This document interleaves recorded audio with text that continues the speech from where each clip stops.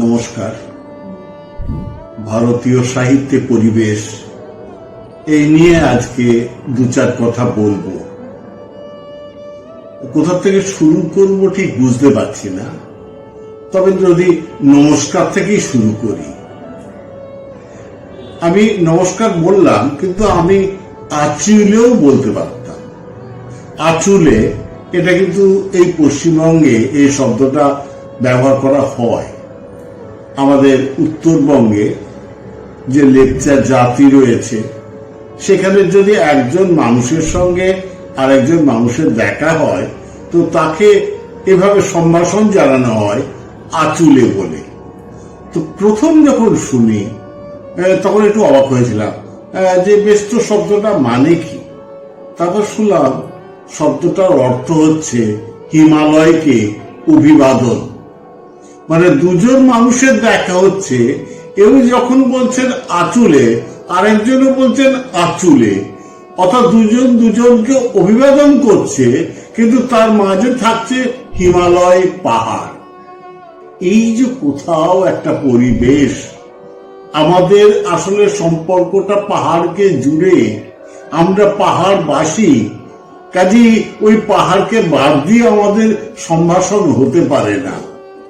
এই যে পরিবেশ, এই যে নিজেকে চারপাশের সঙ্গে জুড়ে রাখা, এবং এই যে আমাদের পারস্পরিক যোগ, এর মধ্যেও যে এই প্রকৃতিকে খোঁজা, এই তো ভারতীয় সাহিত্যের পরিবেশ চিন্তা, এই তো পরিবেশ চর্চা, এই তো আমাদের পরিবেশ চর্চা। আমি দু এক কথা বলার, আমাদের এবারে পুরনো সাহিত্য, যাকে আমরা লোক সাহিত্য বলি, সেখান থেকেই না হয় আমি দু এক কথা এবারে শোনাই।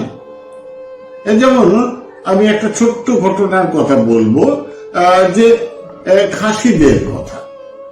যে খাসিদের প্রচলিত প্রবাদ হচ্ছে যে ওদের আসলে মোট 16টি বংশ। এই 16টি বংশের মধ্যে 9টি বংশ স্বর্গে থাকে, আর 7টি বংশ নিচে প্রত্যেক দিন নেমে আসে। ওই যে নেমে আসে, একটা সোনার সিঁড়ি থাকে, সেই সোনার সিঁড়িটা ধরে নেমে আসে, জুমে নেমে চাষবাস করে, আবার সন্ধ্যের দিকে ওই সিঁড়ি বেয়ে তারা উপরে চলে যায়। তো তারপর দেখা গেল যে কোনো সময় এত বৃষ্টি টিষ্টি হয় যে ওই যেখানে মইটা রয়েছে ওই গোড়া পর্যন্ত যাওয়া গেল না, আর মাঝে মাঝে বেশ মেঘ করে, সে মেঘে মইটা ঢাকা পড়ে যায়। তখন কিন্তু গুহার মধ্যে রাত কাটাতে হয়। তো এই যে একটা সম্পর্ক পৃথিবীর সঙ্গে স্বর্গের মানুষের সঙ্গে, এই যে পৃথিবীর মানুষের একই বংশের একটা অংশ উপরে একটা অংশ নিচে, এই এতটাই তো ব্যক্ত আমাদের সম্পর্ক। আমরা ত্রিভুবনের কথা বলতাম, এবং এখানেও কিন্তু সেই একটাই প্রশ্ন যে 3টে ভুবন আমাদের কোথায় চলে গেল।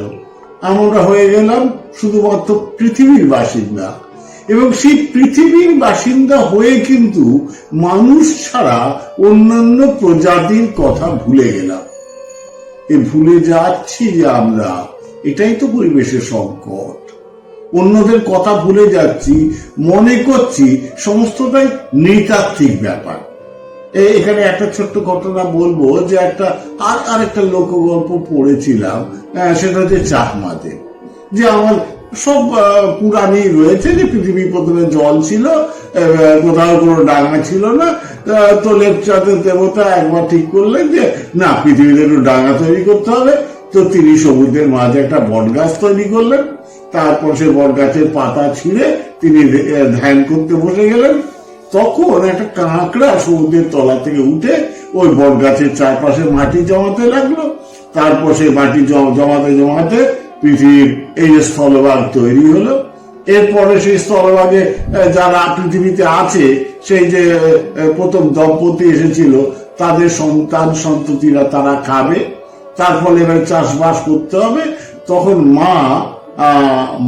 মা কথাটা মায়াকার বসন্ত লক্ষ্মী কি লক্ষ কয় দীর্ঘই। তো তারপর তিনি পৃথিবীতে নেমে আসছেন, আমাদেরকে নানা বীজ দেবেন। তো নেমে এসে যাবেন, পৃথিবীতে যে এসেছেন, এসেই লক্ষ্য করলেন এটা দুধ সাগর, পেরোবেন কি করে? এখন লক্ষ্মীর তো পেঁচা আছেই, কিন্তু তিনি পেঁচার পিঠে উড়ে এলেন না। তার আগে দেখা গেল যে একটা কাঁকড়া ওই দুধ সমুদ্রে ভাসলো, কাঁকড়ার পিঠে একটা শুকর উঠলো, এবং শুকরটার পিঠে তখন দেখা গেল যে ওই পেঁচাটা বসলো, তার উপর লক্ষ্মী বসলেন, আর একটা মাকড়সা দুধ সাগরের এক পার থেকে অন্য পার ওই জাল বুনে গেল, যাতে লক্ষ্মী ওই একটা হাত জালের গায়ে ধরে ধরে ওপারে চলে যেতে পারে, যাতে পড়ে না যান। মানে দুধ সাগর তো, সাগরে পড়ে গেলে ঝামেলা হবে। তো এই যে উড়ে যাওয়ার আগে এই যে কাঁকড়া, এই যে শুকর, এদের যে যুক্ত করে নেওয়া হচ্ছে, এটাই হচ্ছে কিন্তু চারপাশের সবাইকে নিয়ে থাকা। এটাই আমাদের ছিল। পরিবেশ বলতে আমরা এভাবেই ভাবতাম। এই যে ক্যারি ব্যাগ গুলো, এটা ঠিক পৃথিবীতে বছরে কত ব্যবহার হচ্ছে, মানে আমাদের বায়ুমণ্ডলে এটাই কিন্তু কোথাও একটা বিপজ্জনক জায়গায় ঠেলে দিয়ে যাচ্ছে। বা ট্রেনে করে বাইরের দৃশ্য দেখলাম কি অপূর্ব, ওটা নয়। এই যে প্রকৃতির সঙ্গে যোগ, গাছের যোগ,